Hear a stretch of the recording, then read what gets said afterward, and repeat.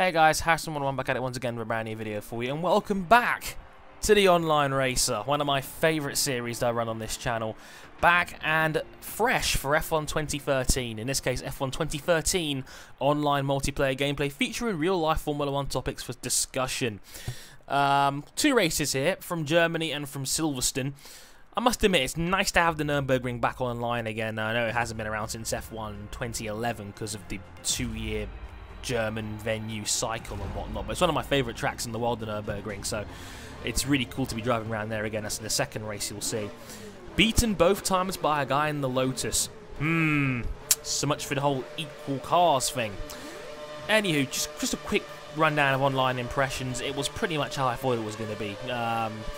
The game seems to run fairly well online. Cars are a little bit loose, so it's hard to get a gauge of, you know, where to brake and when to turn in and when you can put the power down. The wheel spin factor is still there a little bit, but it's not as bad as it is offline, which is definitely a good thing. And as usual, some drivers there are douchebags, don't know what they're doing, but that's not the game's fault. That's the fault of the drivers for being pillocks. Anywho, I want to talk about Felipe Massa again. It's something that's definitely worth talking about, given the recent news that's come out about him and his future, and how that could possibly shake up the grid for this season.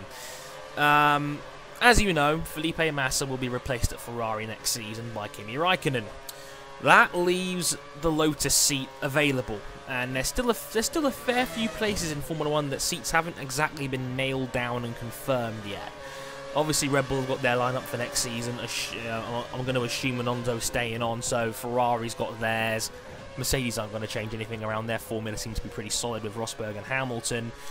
Who partners Grosjean next year? That's going to be the big thing.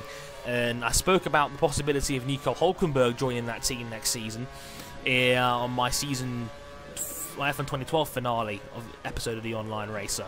I spoke a lot about that. I call it the Hulkenberg problem because of his size possibly being a factor, as well as obviously talking about how he may not get a seat at all next year because of his cancelled contract. Felipe Massa was the name thrown around a lot to possibly get that Lotus seat. Now, there's good reason why Lotus might go after Felipe Massa. He's an experienced guy. Obviously, he's been in the sport for a long time. I think it's been over a decade now. I'm not sure how many seasons exactly it is, but I'm pretty sure it's 10 plus, and that's even with the accident he had in 2009. He's experienced. He's a multiple race winner. He was one corner away from a world championship. If it wasn't for Timo Glock's car, turned into a bumper car on the last lap of Brazil. But, you know, things happen. I mean, talking about that for a second, I mean, that was horrible. Seeing Felipe Massa burst into tears, knowing it wasn't enough for him to win the championship. That was the saddest thing I think I've seen in Formula 1 since I started watching it in 2000. That was just awful. It was the look of disgust in his family's face when they realised that he hadn't done enough and Hamilton had overtaken Glock on the last lap, and then the jubilation in the McLaren garage when they realised they'd done it. It was the most vivid contrast I've ever seen in F1. But anyway, not to mention Massa's hungry. You know, he clearly said it on Instagram when he said he was going to be his last year with Ferrari. He said it himself. He seemed hungry. He wanted a top level seat for next year in Formula 1, and I wasn't sure whether he deserved a top end seat given his recent form, which I know it's difficult playing second fiddle at Ferrari because you're always going to get the shaft in terms of whoever's a lead driver down there. Like I said, it's just been the role of history of Ferrari in the last 15 years of Formula 1 or so. You know, the number 2 plays the backup role and supports the lead guy, whether it be Schumacher, Raikkonen, or Alonso now in this case. But Massa would probably go into that team as the number 1. Maybe, given that Grosjean has actually shown a lot more fire recently and is coming off back-to-back podium drives in Korea and Japan. That's definitely something you've got to consider as well. If Massa was going to go to Lotus, would he be number 1? That's debatable given Grosjean's spent more time with the team, and he seems to have really improved as a driver this season. Much less mistakes, much more well-rounded, and obviously the raw pace he's shown in flashes last season's been a lot more consistent, which is definitely a good thing. But it was revealed on Sky Sports F1's Twitter page earlier today that Massa was in talks with the Williams team, which is definitely something that's interesting. Given that he's just followed the Williams team on Twitter, and he spoke to Sky Sports F1 about this. He said he's in talks about a 2014 drive of the Williams team. It's looking increasingly likely that Felipe Massa will be at Williams next season, which is definitely also very interesting, because there was me thinking about 3 races ago that Williams were probably going to stick with their 2 guys for next season in Pastor Maldonado and Vallteri Bottas. Now it doesn't look so sure. Someone's got to make way if Felipe Massa is coming in.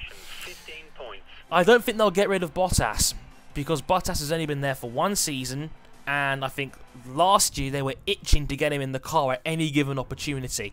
I don't think they were ever that keen on Bruno Senna, and I think Bottas, they thought, brought more to the table, which it turns out hasn't really been.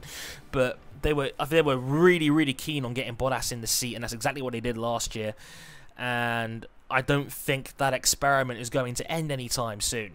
The controversy seems to be more about Pastor Maldonado and where he may end up. He said again today to the media that he does see himself being in Formula 1 next year, but maybe not with the Williams team. That's interesting, because apparently Williams backstage are really peeved off with Pastor Maldonado for, one, not listening to commands. For example, in Japan, he overcooked his tyres when he was deliberately told to go easy on them.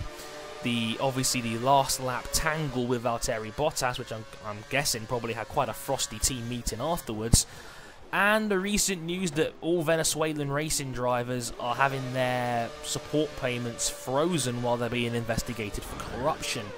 Now, if Pastor Maldonado doesn't have that enormous financial backing, which obviously was quite a famous story as to how he got the Williams seat last year, then that could be an issue. Without that financial backing, is he worth keeping as a driver? Now, I don't think Pastor's been anywhere near as bad as he was last year when it comes to his conduct on the track. However, he's been particularly unimpressive for Williams this year. I'm not sure how much of that is down to his performance and how much of that is down to the car he's driving. The Williams car has been the perennial bottom of the mid-tier runners this year. On the constructors, they're 9th in the table with just 1 point, which Pastor himself got in Hungary. So the situation is this: if Pastor makes way, does Lotus bring him in? Now, Lotus did have cash flow problems until they got another sponsorship deal towards the middle of this season, so I don't think money is going to be a factor for Lotus for the time being. And I still think that Lotus will end up signing Nico Hulkenberg. According to Ryan King, from the From Formulae channel, check him out if you haven't already, he told me that Eric Bullard has said that Hulkenberg is the #1 choice if the money is okay. If the price is right, in other words, Nico should be a Lotus driver next season, which is great news because Hulkenberg really deserves a seat like that. But if Lotus still have some financial problems, Pastor may be able to fix the problem temporarily. And I think that's part of the reason why Felipe Massa was touted to join there, because Massa was able to put some money on the table to support the team if he was going to go to a team like Lotus. I'm sure that would still apply if he joined Williams too. So I can't help but shake the impression of, Williams with some money behind them could do really well next year. It will make the whole team better, having a guy like Felipe Massa in there, who obviously is a better driver than most give him credit. Well, I'm not saying he's an elite driver anymore, but he's probably better than Pastor Maldonado is at this point. Not to mention Williams is a team that badly needs money. So, it is a good fit for them. I'm sure he'll bring over Rob Smedley, who is one of the best race engineers on the field as well. Rob Smedley is a really, really good race engineer. I really like him as well. And, it adds more fuel to the rumours about Ross Brawn potentially getting the heave-ho at Mercedes and possibly joining them as some kind of brand rebuild at Williams. And Ross Brawn could easily put some money in the pot too. So this could be the start of a big, redemption or revival of the Williams team, because let's be real here, that team has definitely fallen off the wagon in recent years, and they really need the help. And as a Brit, it would be nice to see Williams do well. It would be nice to see Sir Frank do well. They're a really great team. It's a real family business. I'm a big fan of Claire, Sir Frank's daughter as well. Really well-rounded, intelligent. I'm a big fan of Susie Wolf as a character. As characters, as a person with the team as well, and you know how she interviews on Sky Sports F1. I'm a big fan of hers as well. Really well-rounded, thought-out opinions. I would just like to see Williams do well. And me personally, I don't think Massa deserves a seat next season. To be honest, that's just my personal opinion. I think there's better guys out there that could fill the role. Out there, and guys in GP2 that deserve an opportunity, while Felipe Massa rides out his final years in a team that on paper still isn't that great. But for the sake of the team and as the team as a business, they need the money. And Felipe Massa is a good driver that brings money to the table. It would make really good sense for Williams to bring him in rather than keep a guy like Pastor Maldonado, which to me is high risk, especially if his financial support goes away. Again, we can't forget, as much as we'd like to see drivers in Formula 1 get opportunities, it's a business first, and we need to, obviously, don't ever lose sight of that too. But let me know what you think on Felipe Massa. Does he deserve a seat next year? Is it with the Williams team? What do you guys think? I'd love to hear your guys' take on the situation. It's something that's one that's got a lot of potential avenues and is very interesting. And I hope you guys obviously enjoyed the video. If this video gets 75 likes, I will upload another online race episode tomorrow talking about the developments at Toro Rosso and their new driver for next season. Until then, I've been Harrison101. Thank you very much for watching, and it's good to have the online racer back. Sayonara.